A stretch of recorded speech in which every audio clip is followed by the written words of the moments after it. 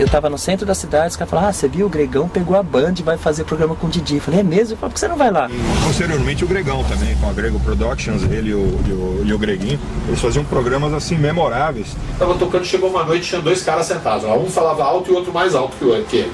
E os dois eram grandes. Esse cara chegou no final e falou, Bens, segunda-feira quero que você vá nesse endereço aqui. Esse cara chamava Grego. Esse cara depois foi tocar na Bandeirantes em 1981 para 82. E o Greguinho e o Gregão vieram juntos com ele fazer essa festa aqui. O Grego é único.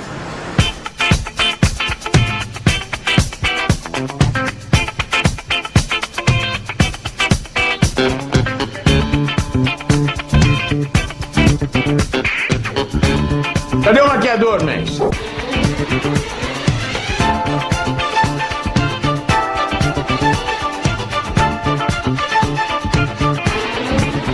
Bem-vindos ao programa DJ History, DJ Grego in the House. Aqui agora a gente vai começar assim uma trajetória de mais de 3 décadas.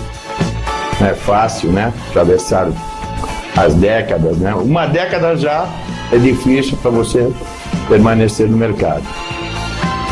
2, 3 e meia, nem se fala. Só Deus sabe, e com a iluminação dele a gente está aqui.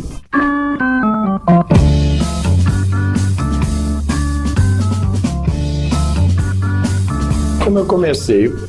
Como um audiófilo, né? Desde criança, sempre gostando de música. Tinha lá a minha sonatinha, pequenininha também, ouvia minhas músicas, meu rock and roll. E os Beatles, os Stones, né? E todas essas coisas. Vivenciei os anos 60, intensamente, e dentro dessa onda toda de Beatles, Stones e tal, a gente, né, foi criando uma musicalidade, né? Eu me identifiquei com a música em 68, foi quando eu comprei meu primeiro compacto. Meu compacto, eu saí da escola, do lado da escola tinha uma lojinha de discos, passei, estava tocando My Pledge of Love. Aí comprei o My Pledge of Love, aí eu comprei o Venus, aí já comprei o Help, aí já comprei o Satisfaction. E não parei de comprar discos e gostar de música, como sempre. Eu acho que para mim era o grande remédio na época, né? Nós não tínhamos TV a cabo, não tínhamos TV nem colorida, nem muito bem nada disso. A TV estava começando, muito pouca coisa a gente tinha para assistir. Lembro e vou lembrar com grande saudade agora do programa Sábado Som, Nelson Mota. Acho que um dos primeiros programas que me trouxeram assim para a música dentro do meio de comunicação, né? E ia para o Guarujá, naquela época, 69, por aí, e eu via Big Boy, que a Mundial pegava lá na praia. O meu Mundial era uma rádio AM, o Big Boy fazia esse programa lá no Rio de Janeiro, mas não sei por cargas d'água, no litoral a gente tinha condições, colocava uns bombrios na antena, aqueles rádio mundi enormes que vinham um monte de países, né, naquele rotatório dele. Era bem engraçado, então, comecei a ouvir aquele maluco daquele Big Boy e tal, e, putz, aquilo foi pegando em mim. Aí fui pra Grécia, morei mais 3 anos, estudei na Grécia, aí já foi uma fase que o rock and roll pegou mais forte, já assisti The Who, vi concertos na praia, com, de repente, um pier, entendeu? E a banda tocando. The Who quebrava todos os instrumentos, aquelas loucuras da época, Middle of the Road, várias bandas. E, bem, aí saí da Grécia, vim pro Brasil, eu tinha 2 ficções na minha cabeça, né? Eu era um cara muito vidrado em automobilismo, corridas, Então, estudei mecânica, fui trabalhar em Interlagos, cheguei aqui com 17 anos. Assim, já era uma coisa que desde pequeno eu desenhava carros. Eu tomava altas duras na escola, porque meu negócio ou estava na música ou estava no desenho de carros e corridas de carro. Jim Clark, sabe, Camilo Cristóforo, Eduardo Celidônio, esses caras daquela época boa, assim, né? E, bem, trabalhei na equipe Gladson Amador por 6 meses e descobri que o automobilismo no Brasil não era uma coisa profissional. Era uma coisa que o pessoal que tinha grana fazia isso, né? Você queria sair, sabe, do zero, não adiantava só o estudo de mecânica ou qualquer coisa assim, ou tocar bem o carro, você tinha que ter dinheiro. Nessa onda toda, eu também era campeão de fliperama na época. Bem, você tá rindo, né? Não vou nem contar que aos 16 anos eu fui campeão paulista de autorama, certo? No modelódromo do Ibirapuera, e isso, falando da criança, naquela época eu já tinha participado, já fazia parte de uma equipe grande, mas mais ou menos foi isso, entendeu? Dentro dessa doideira toda, acabou pintando um cara, eu era um cara que estava solto na vida.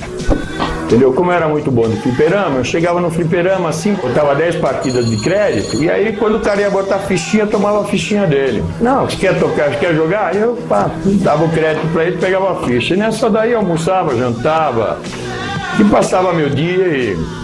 Agora eu tinha mania de gravar fitas, né? Eu gravava as fitas do fliperama e as fitas ficavam tocando ali num box, né, daqueles da época. E aí chegou um cara lá e falou, pô, mas quem que gravou essa fita e tal? Pá, como é que é? Você grava? Você gosta de som e tal? Era o Guilhermo, né? O argentino. E ele, de repente, se abriu e falou, olha, eu já fui DJ na Argentina, cuidei de altas casas na Argentina e a Argentina, bem ou mal, naquela época, eu tinha iniciado, entendeu? A parte da música eletrônica, eu acho, assim, mecânica ou elétrica, sei lá, entendeu? Como é que podemos chamar isso, né? Entendeu? Mas vamos falar de elétrica, eu acho melhor, né? Porque eletrônica eu já considero mais o transistor, o chip e daí por diante. Né? Uma parte mais elétrica, valvulada e tal. Até a guitarra era elétrica mesmo na época, né? Hoje a guitarra é virtual, né? É por aí. Bem, enfim. Bem, nessas daí ele era técnico de som de 5 casas noturnas.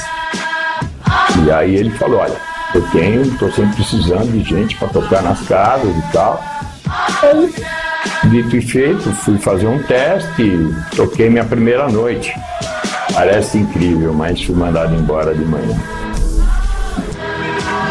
Tomei um cartão vermelho assim, de cara, gente. Aquele cartão vermelho que não dá para acreditar na vida de um DJ grego, depois de 35 anos, você lembrar que no teu primeiro dia de manhã você dançou.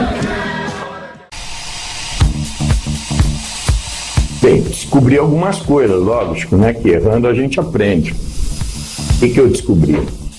Eu era roqueiro demais, saí tocando Led Zeppelin, Uriah Heep, Deep Purple, 10 Years After e daí por diante.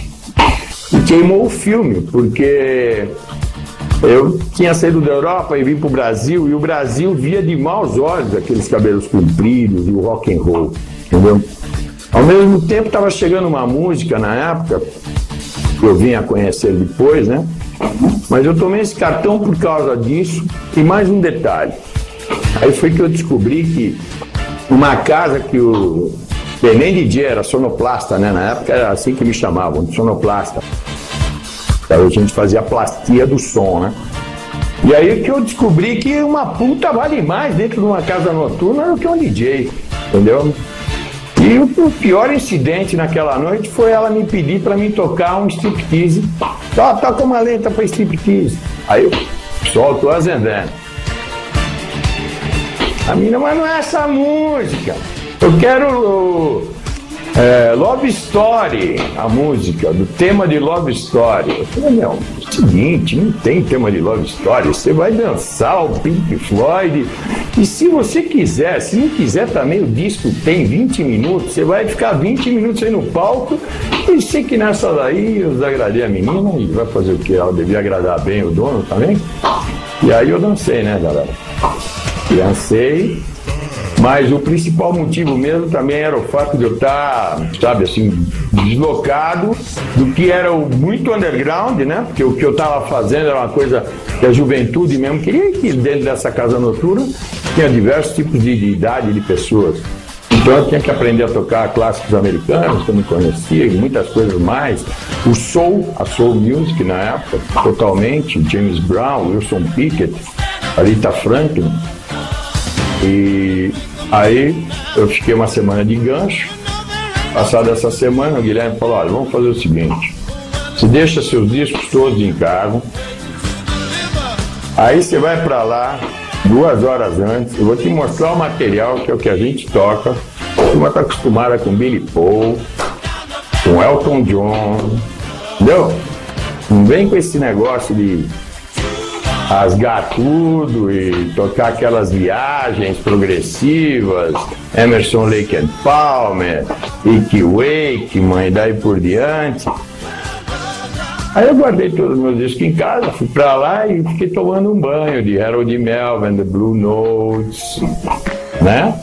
Aí comecei a entender melhor a coisa. E aí eu aprendi, entendeu, o que era, comecei a entender melhor o que é você tem que agradar gregos e troianos dentro de uma casa noturna, né? Porque normalmente quando você está numa casa noturna você tem diversos tipos de personalidades, sabe, de pessoas, né? Então, na verdade, o seu som, ele não pode ser, ele mesmo dentro de um segmento hoje, né, como tudo é segmentado, você tem que estar agradando a todo mundo. Porque dentro de qualquer segmento existem, sabe, as suas próprias variações dentro do segmento. Na época não existiam segmentos. Na época era um segmento só, a música internacional. Se era boa, tudo bem. Se não era, dançou. Agora, temos que entender que na época nós tínhamos 100 lançamentos por semana na Billboard, no mercado musical, e hoje estamos falando de 4.000 por semana. Geração virtual. Então, era uma coisa que demorava, porque também a importação no Brasil era proibida. Foi uma fase de que quem tinha carro importado, eu vi muita gente se desgraçar todo, porque não conseguia nem as peças, entendeu? E era proibido fazer. Era proibido trazer qualquer coisa, inclusive esse tipo de cultura que a gente buscava trazer, né, de fora, porque não tinha como vir. Aí começa o Grego a trabalhar na noite. Fiquei bem, graças a Deus, com essa minha volta. Comecei a criar um respeito na noite. Essa noite se localizava, essa casa noturna era o La Ronde, ela se localizava nas Bocas, a Boca do Luxo. A Boca do Luxo, na época, por mais que assim, pareça um pouco vulgar o nome, né, Boca do Luxo e tal, mas era uma Boca do Luxo mesmo. Porque, se você comparar com os dias de hoje, uma prostituta naquela época falava 5 línguas. Tá? Então era uma coisa muito interessante. E, na verdade, não existia mais nada em São Paulo que acontecesse, a não ser o downtown. Então o downtown da cidade mesmo que funcionava. Sacou? Era lá no centro. Isso daí estamos falando em 73. Tá? Comecei em 73, comecei em outubro, tomei esse gancho e, na verdade, eu fui começar mesmo oficialmente e me estabilizei em novembro. Tá? Dentro desse conceito, o Hilton ali no centro, tá? Era o grande hotel de hoje. Tá? O hotel mais poderoso hoje seria ele, não sei qual que é, porque tem tantas redes e tantos hotéis, mas o grande Mopa Regis de hoje, o Sheraton, sei lá, mas errado era o Hilton, não tinha concorrente. A Paulista ainda estava sendo construída, os casarões estavam lá, ninguém tinha derrubado os casarões, era já ainda uma ameaça histórica derrubar os casarões e construir os prédios. Depois derrubaram tudo, né? Acabaram com tudo, não tem mais casarão nenhum. Era uma época que tinha o Rick Story, a Faria Lima, Ricardo Amaral já estava nessa parada. E naquela mesma época tinha o Cave, que era o grande underground do centro da cidade, e o Tonton Clube. Eles ficavam meio assim, o Tonton funcionava um pouquinho mais cedo, tá? E o fim de noite mesmo, o after hours, rolava no Cave. Eu fui trabalhar pela Ronde, que era ali na Boca do Luxo, a Nestor Pestana ainda nem estava feita, tá? Aquelas casas que a Tânia foi construir depois, as Tilt e tal, tudo vieram bem depois.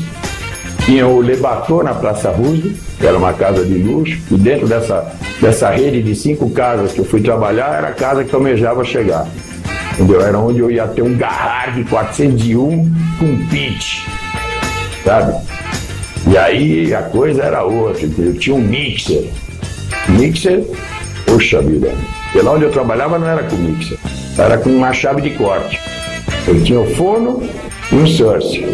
Aí eu tava no forno para passar para fita, source. E assim ia. Aí já depois de uns 6 meses, 8 meses, eu já tava eu fiz ali no La Ronde, toquei no La Vie en Rose, toquei no Le Masque, toquei no Chefão Sambão, ali no centro, e toquei em várias casinhas, assim, Big Bang, tal, entendeu? Vendia umas fitas para lá do lado de Corne, já começava a ter o acesso à casa, né, mais chique da época, grande professora da noite, né, na hora do lado de Corne. E aí começavam a surgir também, junto com a história do Cave, que era o underground, do Tonton, era o lugar mais para você chegar e jantar logo mais cedo e tal. Também tinha umas casas alternativas, Augusta, era o clube, tá? Que era onde tocava o índio também. Bem, nessa passagem de 79, 80, 81, como eu disse, em 79 eu fui trabalhar no Jovem Pan Disco Dance. Então, praticamente foi um momento que eu passei de residente, né? De trabalhar na residência. Até 78 eu era residente. Então eu era residente da Sampo, e da Sampo, Heraldo Zani chegou, me convenceu que eu tinha que mostrar essa técnica da mixagem e do trabalho do DJ em rádio. Por que, dizia ele? Ele já estava uns 2 anos na minha orelha falando, não, vamos pra rádio.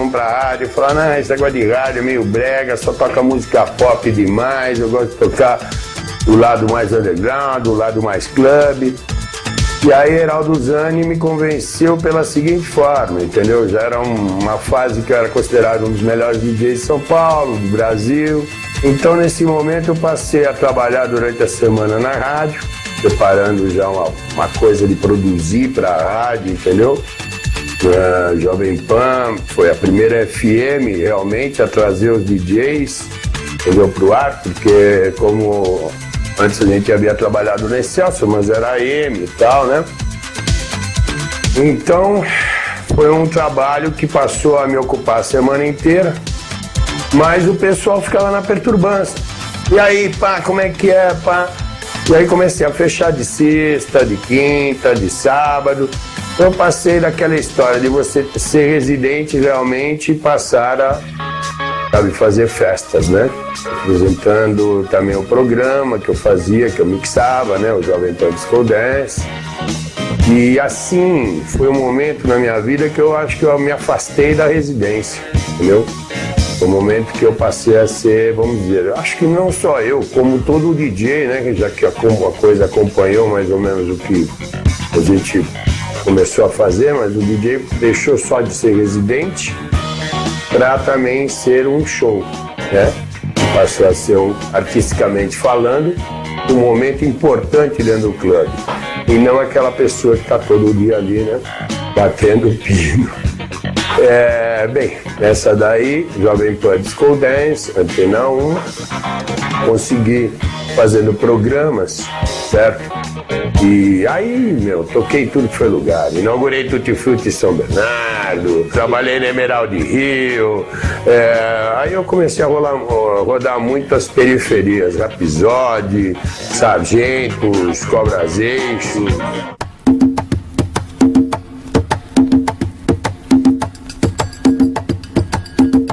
Olha, eu não tinha ideia se ia atingir DJs. A intenção maior, eu acho, que era deixar as pessoas dentro da cultura DJ saberem que a mixagem era um grande momento, na verdade, na vida do DJ. O DJ saber mixar não só na batida, harmonicamente, dentro da melodia, dentro da harmonia, dentro do tom da música. Entendeu? Era o que acho que o povo todo, né, uma educação cultural para São Paulo. Essa era a proposta do Heraldo Zani nessa época, porque as músicas, era muito difícil você mixar na época. Se você imaginar que as músicas, a maior parte delas eram feitas por bandas, entendeu? Não existia ainda a música eletrônica, então você não tinha música sincada, entendeu? Você não tinha nada que andasse 2 compassos igual. Entendeu? Sempre existia uma variação que era a variação humana. Essa mixagem ela tinha que ter muita lição de casa.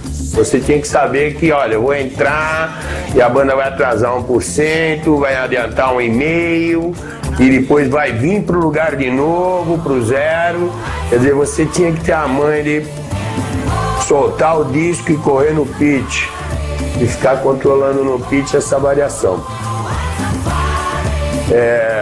Bem, o Zani dizia isso: você vai ficar tocando para 800 pessoas aqui dentro ou você vai tocar para 2 milhões, entendeu? E foi essa questão que me fez pensar, e tinha mais uma questão, porque como a casa era a casa da moda, a casa do momento, ela era uma casa cara. Então também existia também o fator de as pessoas de um poder aquisitivo menor não poderem ter acesso a esse tipo de cultura. E a rádio Jovem Pan, como a rádio Antena 1, como a rádio Bandeirantes, como todas as rádios que me receberam e me deram suporte na época, e o suporte para que a gente pudesse desenvolver, né, essa cultura, realmente foi, eu acho que significativo, não só para os DJs de São Paulo, mas assim como para toda a população de São Paulo, né? Porque se você pensar bem assim, tudo bem, na Jovem Pan ainda era uma coisa meio elitizada, mas quando a gente chegou já na Bandeirantes, aí todos os lava rápidos, parecia aquela onda do car wash tocando música, black. Foi um momento que, eu consegui reunir os blacks, Chic Show, Zimbábue, Black Mad, todos eles estavam assim, trabalhando no sentido de desenvolver essa cultura DJ, de mixar, Grandmaster Ney, Paulão da Zimbábue, e muitos DJs que vieram nessa escola toda, né, e desenvolveram isso dentro do segmento da música black, que na época, tinha desde soul, ainda não era nada eletrônico, A coisa começou a chegar bem depois dos anos 80, entendeu? Lá pra, vamos dizer, a música eletrônica mesmo, ela começou a bater em termos de 83, 84.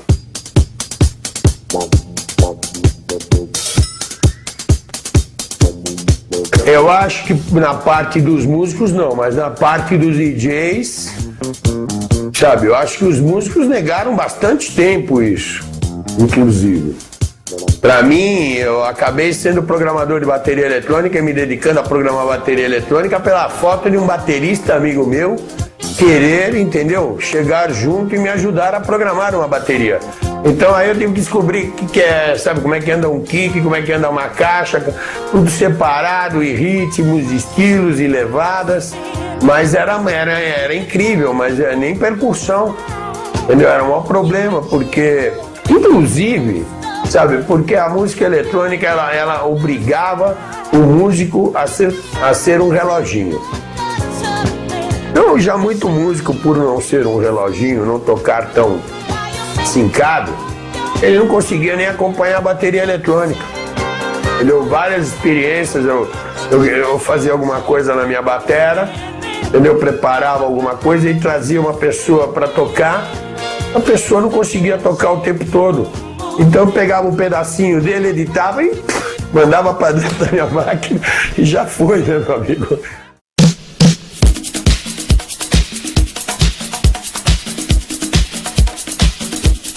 Grego Productions, esse era o nome da turma. Gregão, Greguinho e outros DJs que faziam parte da nossa equipe. Então, aí já sabe, quando você ia tocar em qualquer bairro, o pessoal na época tinha muito esse negócio de lambi-lambi, e fazer as filipetas, espalhar as filipetas no colégio. A gente passou a ser assim, mais eu acho que divulgados. Eu estava na rádio, então você não ganhava dinheiro muito bem na rádio. A rádio era uma coisa que dava tanto faz. As rádios nunca me pagaram assim, eu acho que grandes coisas, mas também o radialismo é meio assim mesmo. Mas para poder ter a vida que a gente levava, a gente contava com aquela graninha, entendeu? Que a gente pegava, né? Uma festa no baile, no fim de semana. E a maior vantagem, eu acho, nisso tudo que a rádio nos dava era de você poder anunciar, falar, sexta-feira, quinta-feira eu tô lá. Ao mesmo tempo também o cara que já te contratava também já passava a investir na rádio. Olha, Hunt, o negócio é o seguinte, média de público mesmo, você não dá pra ver, a gente sempre tocou, sabe, o que eu vou te falar, se eu te disser que em 81 eu toquei, fui o primeiro DJ a tocar num carnaval, tá me entendendo? É doido isso, mas fui o primeiro DJ a instalar a música eletrônica que a gente diz, né? E seriam caixas substituindo a banda e toca-discos, entendeu? Nem CD existia, nem cassete eu usava, então, mas era assim, você com 2 toca-discos e um equipamento eletrônico, na época você estava derrubando já muita banda, muita orquestra. Aí, nesse caso assim, você vê, eram 12 mil pessoas dentro do Corinthians. Você já estava fazendo aniversários de rádio, festas das rádios, entendeu? Coisa que já foi com Mike Nelson, acho que no Palmeiras, a gente chegou a reunir assim, coisa de 10 mil pessoas, sabe? Então, acho que esse negócio de você ver bastante público no final dos anos 70, já para os 80, já foram quando começaram a pintar assim, grandes festas, grandes espaços. Você vê que, por exemplo, já o Aquários, né? Uma casa que surgiu tipo em 77, 78, 77. A gente tocava lá já para 4 mil pessoas. Então eu já tinha saído daquele circuito, uma discoteca.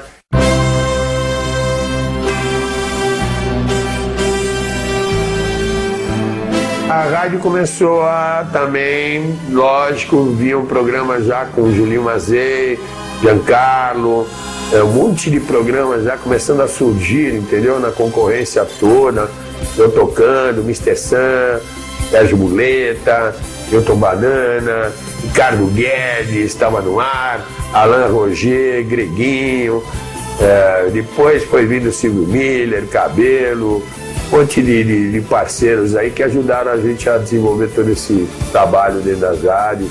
Posso estar até esquecendo de bastante gente, estou esquecendo de bastante gente.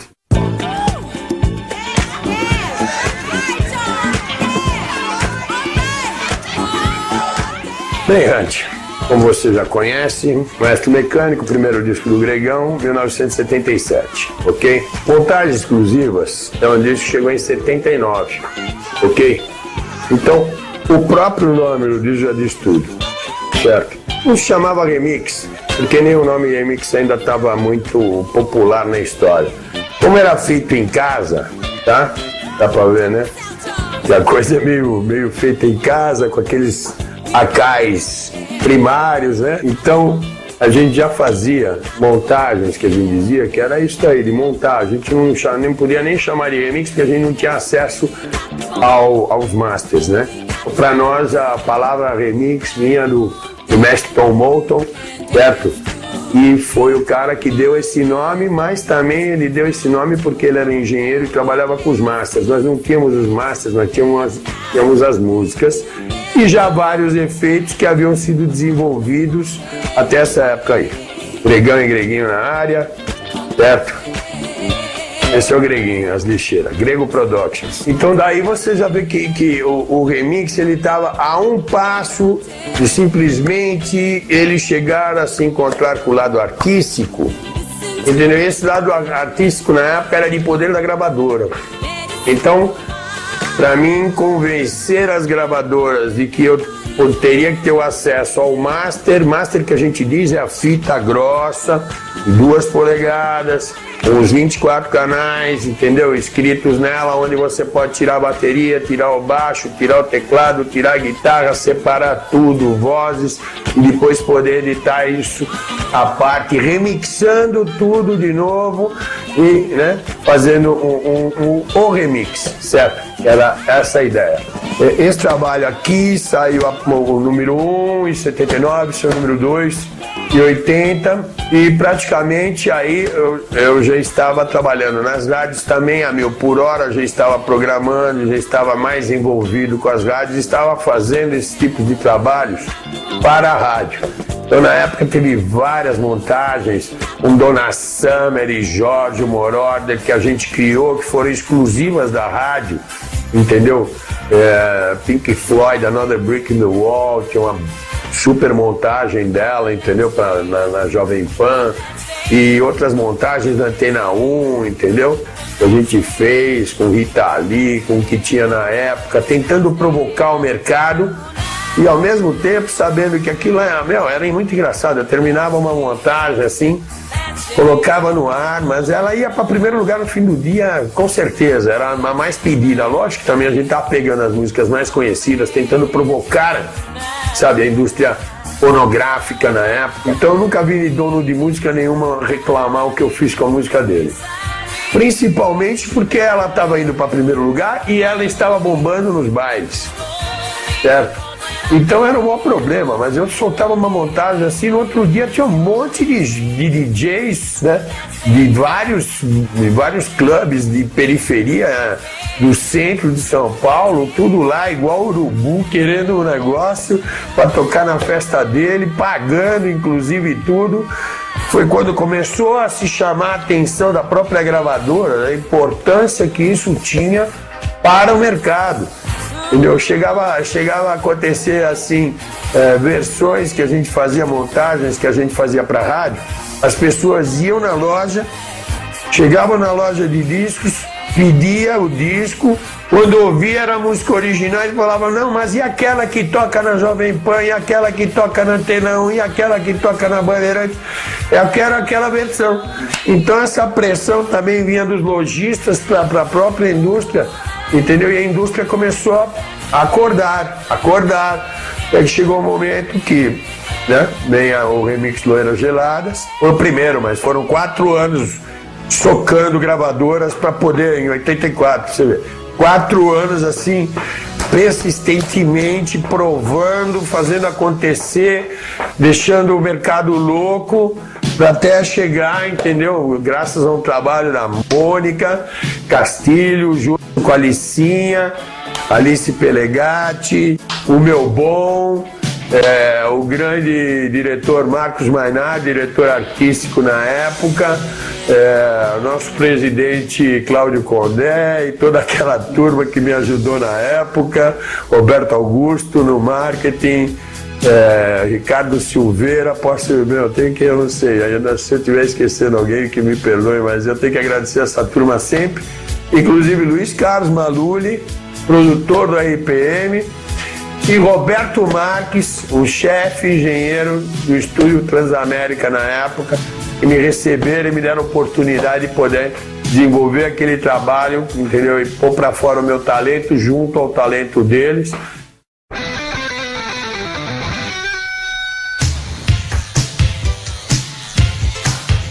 Veja bem, nunca Mas é a verdade, eu acho que eu sou um cara mal acostumado, mas as minhas versões sempre venderam mais que as originais, entendeu? Então, nunca tive a visão contrária disso. Fora de que quando me chamavam era exatamente porque não estava vendendo o negócio. Ninguém me chamou muito para me dar um docinho de coco já pronto, que não precisava de suporte, entendeu? Já começa pelo RPM, meu amigo, porque o RPM ele já estava na gandula, entendeu? O disco do RPM, Loira Gelada, já tinha saído para o mercado há uns 5 meses. Tá? Aos 3 meses, posso te dizer que aconteceu a coisa mais incrível, mas rodou todo o staff da CBS na época, porque não estavam fazendo acontecer as coisas.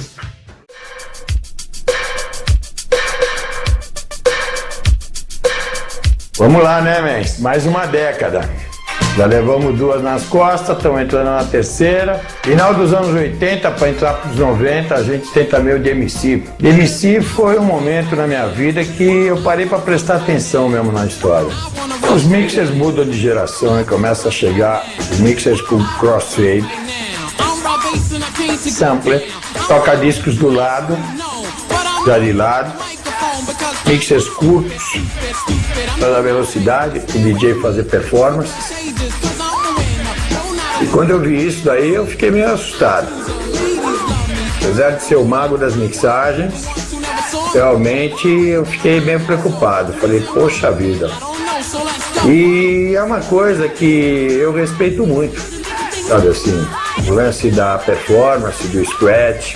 Critico muito quando a pessoa não sabe fazer isso vinculado à pista, tá? Mas quando chegou essa história, eu falei, poxa, é uma outra hora. Acho que terminou minha fase.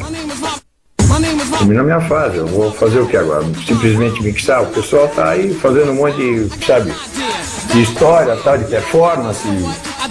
Por sinal, algumas chegavam a ser até exageradamente e se tornavam um pouco macaquice, mas uma coisa que estava mudando, né? A mixagem, o trabalho do DJ.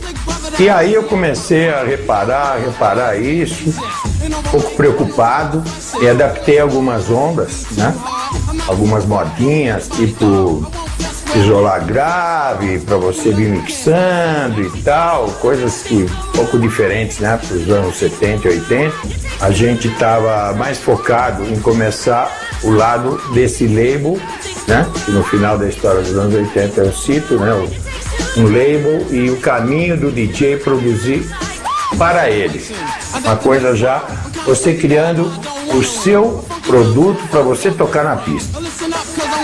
Como eu disse, quando o remix começou, eram adicionais, depois passou a se usar praticamente somente a voz e o resto todo ser construído pelos DJs, e chegou uma hora que a gente já se libertou também daquela, tem que estar, sabe, usando o vocal de um artista famoso. Simplesmente pegava uma coisa de a capela ou criava um vocal, uma historinha sua. Na verdade foi minimizando, né, tudo. Nós estamos falando que já nos anos 80 a gente falava de 5 tones. Então o que acontece é que o DJ começou a fazer o track dele, a música dele. A música que a gente já achava que os cantores cantavam demais e muitos nem cantavam muito bem para cantar tudo isso. Não era fácil. Então a gente começou a criar coisas nossas e buscar. Eu comecei a colecionar já capelas. Eu tenho uma coleção estendida de acapelas, sabe assim, coisas que você compra só no underground mesmo de Nova York e só vendidas para produtores. Meio que é igual aquela história do Ultimate que eu contei, né? Aquela coleção. E aí começamos a criar. Foi essa época que eu praticamente saí baixo custo. Foi quando chegou os primeiros aparelhos digitais, tipo o Haddad da Lesis, o DAT, certo? Eu já contei aquela história que o primeiro DAT, eu passava de DAT para DAT, fui acrescentando. Chegaram os Haddad, chegaram as primeiras mesas aqui, já começaram a possibilidade de você ter um bom som, uma mesa pequena. A produção do DJ, ela tinha um mercado underground e que de repente ele também vendia muita coisa genérica. Entendeu? Mas essa coisa genérica, esse produto genérico que praticamente era vendido na época, para mim, pessoalmente falando, apesar de a pirataria ter uma conotação tão ruim, era uma forma de as pessoas acessarem os DJs, porque eram músicas e não eram músicas que Roberto Carlos, sei lá, pop, hit, entendeu? Era um mercado genérico de produtos que tocavam na noite. Então, os meus próprios alunos mesmo, da Rock and Soul, vários deles só tinham a chance de ter um acesso por esse produto. Lógico que eu tocava o importado, tinha mais som, mas eles também não deixavam de poder ter o acesso. Então, como era muito difícil você comprar um disco de $20, de repente com, sabe assim, $3 você comprava a versão nacional. E foi uma coisa que eu acho que ajudou muito as escolas de DJs, porque os DJs podiam tomar uma aula na escola e no outro dia eles estavam lá na galeria, que nem os loucos, atrás do genérico, certo? E encontravam pelo menos a música e podiam pegar, comprar e ir para casa treinar e vir, sabe, questionar várias coisas, entendeu, dentro da nossa escola. E isso daí eu acho que foi uma coisa que ajudou bastante, porque desvinculou um pouco o fato de a pessoa só ter que trabalhar com importado, entendeu? E o mercado cresceu muito.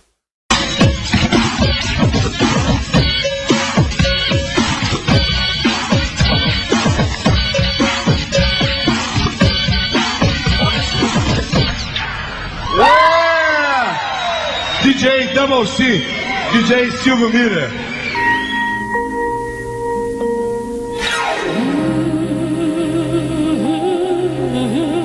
Isso foi assim, acho que um atrevimento, né, para a época. Mas do instante que nós começamos a fazer a nossa música, qual era a intenção? Eu tinha feito tudo isso no estúdio. Eu tinha feito tudo através de samplers e MIDI. Então, não tinha muito a ver o porquê eu levar músicos para o palco. Então foi onde a gente criou, junto com o Celcinho Double C, Silvio Miller, Alex Hunt, a figura, né, que veio a somar nos vocais, a Nick, o Bizarro, que também ajudava a gente a se afinar, todo mundo. Levamos um show, sabe, não tinha o nome de Live PA, era um show de DJs, onde a gente ocupava o palco inteiro. Então tinha 2 tocadiscos, um mixer para um cara fazer scratch o tempo todo, tinha 2 tocadiscos, um mixer para o Silvio Miller fazer as suas mixagens, e eu tinha um DAT e o DJ 70 soltando samplers e efeitos e outros adicionais. Simultâneo, todo mundo junto, isso acompanhado de um rapper e um MC, de uma cantora e de um cantor. Quer dizer, nós tínhamos, e fora isso tudo ainda, eu vim criar um grupo de dança que eu praticamente extraí, e obrigado ao Mau Mau, entendeu? Que foi o coreógrafo que era do Dance Division, do DMC, que veio a trabalhar com a gente. Então o Mau Mau me ajudou a coreografar todo esse grupo. E foi, acho que, um momento de inspiração nele, porque um ano depois ele saiu de lá para ser DJ, entendeu? Então foi assim uma coisa muito legal, porque eu acho também que um dos grandes fatores, talvez, meus de ser um bom DJ, como o do Mau Mau, é o fato de a gente dançar. Lógico que ele muito mais profissionalmente, porque ele era coreógrafo, mas eu comecei dançando na pista e essa talvez a preocupação de eu ver o público dançando na pista e não gostar de olhar para trás, porque o público dançando é a vibração que ele está emitindo por uma música que você está tocando. E ali, dentro daquela vibração, você tem uma energia que você vai controlando ela. Você cita, você cansa ele, você descansa, sabe? Você tem toda uma flexibilidade ali de trabalho.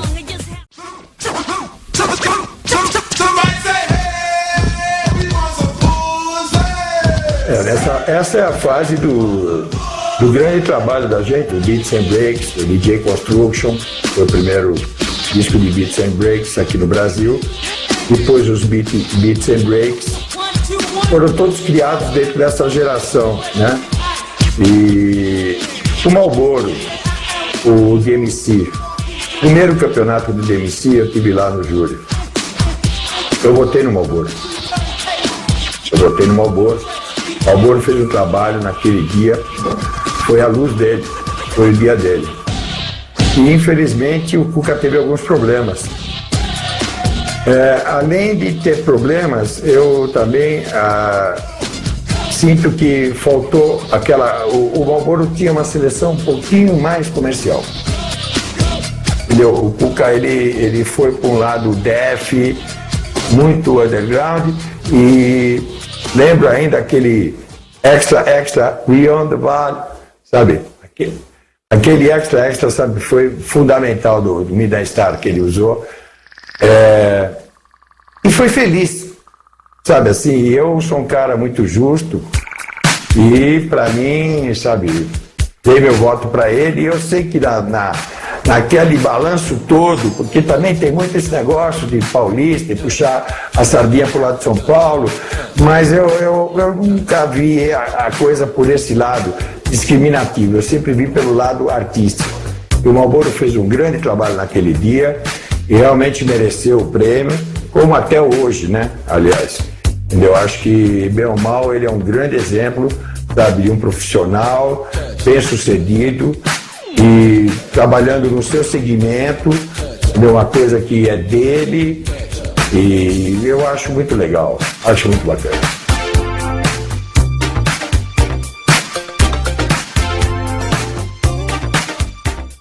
Bem, vamos falar assim, o movimento noturno, né? Eu deixei de contar, mas nos anos 70, ele tinha muito a ver, 70 até 80, tinha muito a ver com o Rio de Janeiro. O disco chegava no Rio de Janeiro, a gente ia para o Rio buscar os discos, nós éramos um pouco escravos do Rio nessa história. E chegou uma hora que São Paulo, já anos 80 para 90, São Paulo disparou na frente totalmente. Já no final da disco, São Paulo já estava assim, muito mais, entendeu, potente e com uma noite, sabe, rica. Uma coisa que também eu acho que nos ajudava um pouco, nós não temos praia, né? Então o pessoal não tem muito aonde descarregar a energia dele, sabe? Acho que tanto como São Paulo, Nova York, Londres, são lugares que tem um pouco, sabe assim, aquele negócio do downtown, daquela cidade grande, pesada, distante da praia. Sabe assim, as praias perto nem são tão boas, entendeu? Então o que acontece é que a noite acaba sendo forte. E como são cidades, São Paulo é uma das maiores economias do mundo. Então, numa cidade dessa, você sabe que tem gente de fora o tempo todo aqui. Você tem gente aqui na cidade que viaja para fora. É como Miami e Nova York.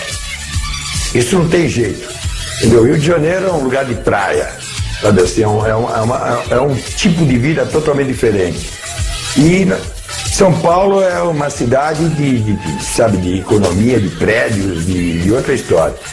Então, automaticamente, pelo clima, pela topografia, pelo jeito de você viver em cada cidade dessas, o tipo musical que te agrada é diferente. Entendeu? Por exemplo, que nem, vamos supor, você ouvir um beach house, e pelo próprio nome, né? Beach house, de frente à praia, e de repente aquele mesmo beach house que é maravilhoso, frente à praia, se ouvir ele de repente na cidade, ele já não te transmite tanto.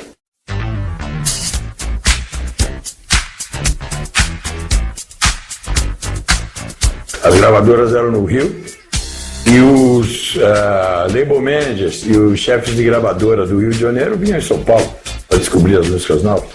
Tem nada a ver isso daí, sabe assim? Eu acho que o que tinha mais a ver era assim na época que eu fui fazer o Maestro Mecânico, que havia uma política das gravadoras serem no Rio de Janeiro, as matrizes, e para mim fazer o disco como paulista eu não tinha muito suporte. E foi onde realmente o Mr. Sun quebrou tudo, entendeu? Abriu as portas para a Mineira Copacabana, uma gravadora paulista também, situada na Santa Efigênia na época, certo? Ali naqueles arredores da Santa Efigênia. E onde, de repente, a gente conseguiu driblar toda essa panelinha que existia, tá? Mas é normal, entendeu? É como você querer fazer um filme fora de Hollywood.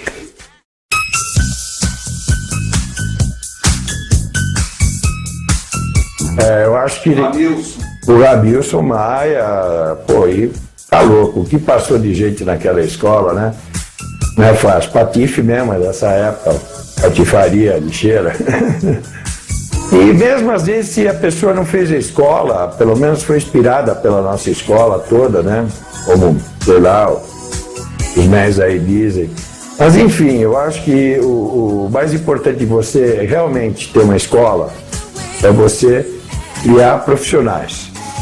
Alunos, pelo fato de você ter escola, é muito fácil. Agora, quando você vai, no começo, quando a gente criou a escola, você acha que, eu vou ensinar para 20 pessoas, né? Essa turma que eu estou pegando, e você imagina que essas 20 pessoas vão seguir em frente. E por mais duro que eu era, que eu já entrava na sala de aula no primeiro dia e falava, quem tá afim de ser DJ aqui? E que não levantava o braço, eu já mandava ele pensar antes de entrar na sala de aula, entendeu como é que é? Porque o nego chega lá para ficar vendo se é ou não é, ou ele quer ou não quer, porque também é uma profissão que você tem que estar decidido, tá afim? Vai comer grama pra caramba, vai ter dia de louvores, vai ter sobe e desce, vai ter o dia que te põe no pedestal, tem dia que querem te derrubar, tem de tudo, entendeu? Então, sabe, a pessoa tinha que ter uma disposição, e eu também nunca tive muito saco de ficar falando, sabe, para pessoas que não estão muito afins de me ouvir, entendeu? Então, eu acho que, do mesmo jeito que eu sempre fui profissional, eu sempre exigi isso das pessoas. Agora, dentro desse controle todo que eu tentava ter, né, era uma experiência toda nova acontecendo, você começa a perceber que, bem, dos 20, hoje, eu vou dizer, de 20, praticamente na média, depois de 20 anos, é que vingou. No começo eu achava isso um número muito frustrante. Principalmente porque, veja bem, um que você criou, tá? Ele está levando adiante a geração dele e ele está sendo exemplo para a geração que vai vir.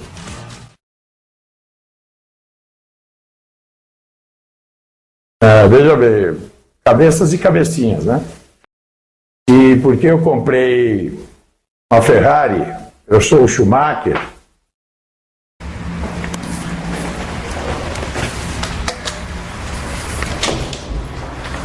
Fala, querido! Fala, tudo bem com você? Bem, isso daí ou não? Tá sim, entra aí, fica à vontade. Aê, grande hunt na área. Fala, doutor, tudo bem? Chegou na hora certa, tô terminando de ajeitar as borrachas aqui. Ok.